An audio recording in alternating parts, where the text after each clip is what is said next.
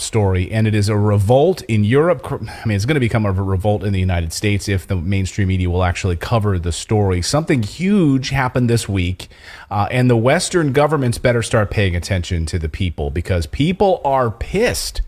I saw someone in the chat, one of the first comments tonight live in our live show said, "What do we do about this? What do we do about these governments?" I said, we need to rise up. We need to rise up and throw these bums out.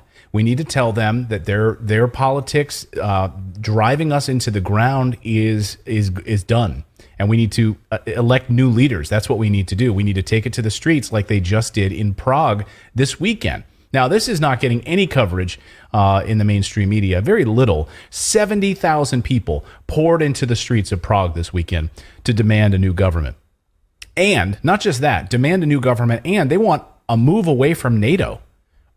We don't want to be in NATO. We don't want to have anything to do with NATO and the European Union. They're sick of these woke politicians. They're sick of these policies that are driving them into a cold, dark winter.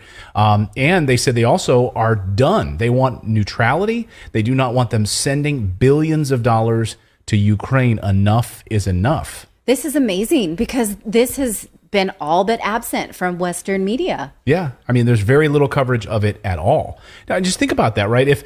Seriously, if 70,000 people just marched on Washington, right?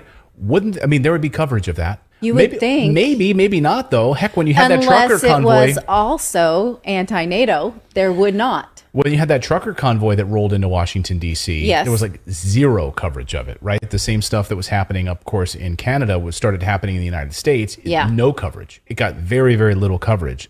Anyway, so 70,000 people poured into the streets of Prague and demand a new government, demand a removal from NATO, demand them to stop sending billions to Ukraine. And the Prime Minister, Peter Fiala, called them extremists. Called the protesters pro-Russian forces. And I mean, so these people you're seeing in this video here, I mean, these are pro-Russian forces. These are extremists that you're seeing in this video. I mean, are these really the types of people that look fairly peaceful to me? I don't see any violent protests. I don't see. And so what's amazing is that they labeled them, Reuters labeled them far right wingers. Okay. When we know that there were left wingers and there were right wingers, and they came together in protest. It wasn't just right wingers, and it wasn't, and they're not. What are they? Pro-Putin apologists? That's what the prime minister.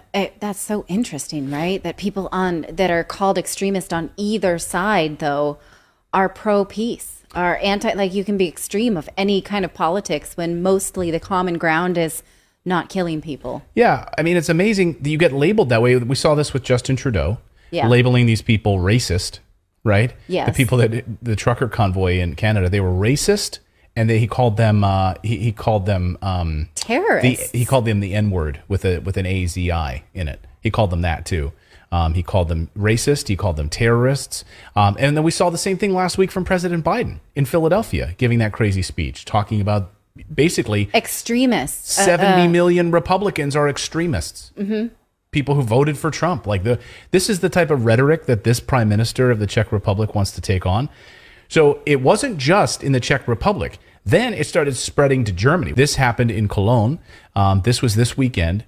I mean, and look at this. Just look at the tunnel here and the thousands of people pouring through the tunnels saying the same thing. They demand the lifting of sanctions against Russia and neutrality in the conflict in Ukraine. And they're demanding, right, something that we thought was kind of a given, that your politicians look out for your own country, right, in a way that does not harm the weakest first, right? So there's one thing like Trump saying America first, right, tended to be divisive on some level, right? Some people thought, well, saying America first is ethnocentric.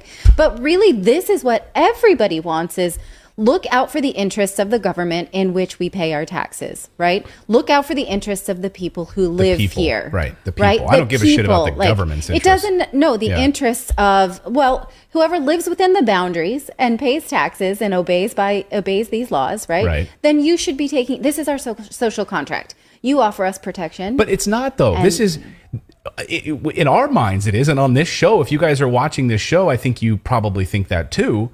Right? Sovereign, okay, I get the idea of sovereignty. You have a government, and then that government should care for its people. The same we saw in Serbia when President Vucic, of course, signed an agreement with Vladimir Putin for gas, right, coming through the fall, right? So this is a violation of the social contract. What do we say? We pay taxes.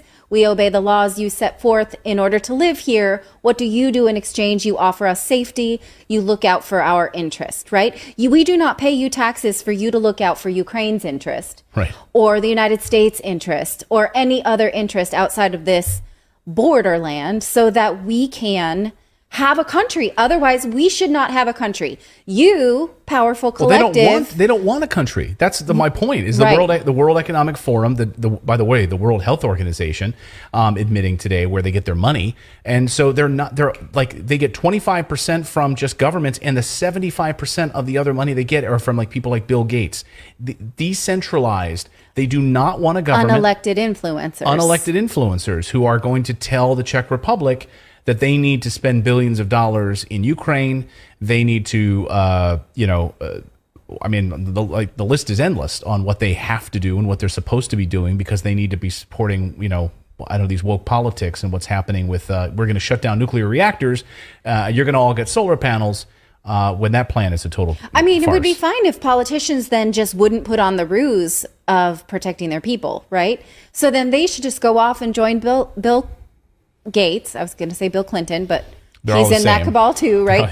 Oh, yeah. They should join the Bills and then raise money privately and then be able to then go and give whatever you want to Ukraine, right? But while you're under the guise of running a government, you need to protect the people who live there and are taxpayers. Or start your own Epstein Island. Speaking of bills, go ahead. I was going to say, speaking of bills, like in Italy, they're actually burning their utility bills. Like they're like, we're not paying them.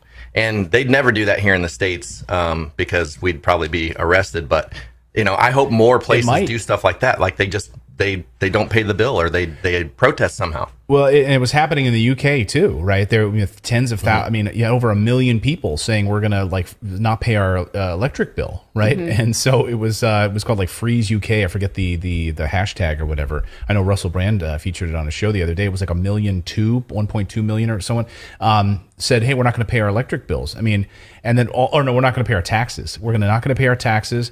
So we're going to talk about the UK in a moment, because Liz Truss has an energy plan for the UK, and she's the new prime minister this afternoon, shaking hands with the Queen up in Balmoral.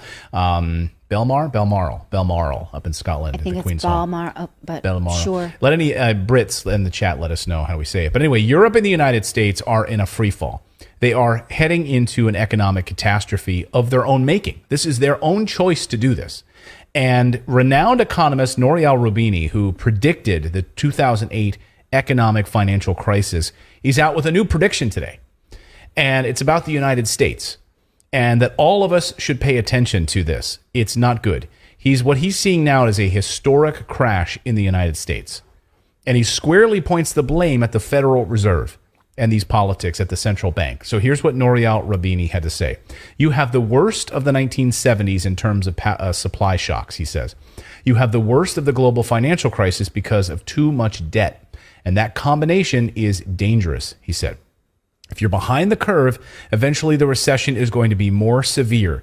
The loss of jobs and income and wages is going to be more severe. And he points out that the Federal Reserve might have to double interest rates to 5% in order to curb inflation. But here's the rub. Here's the catch-22, because he says any increase like that would destroy the economic growth and cause a massive amount of layoffs. But as we've talked about on this show, employers have already said that they are going to have massive layoffs.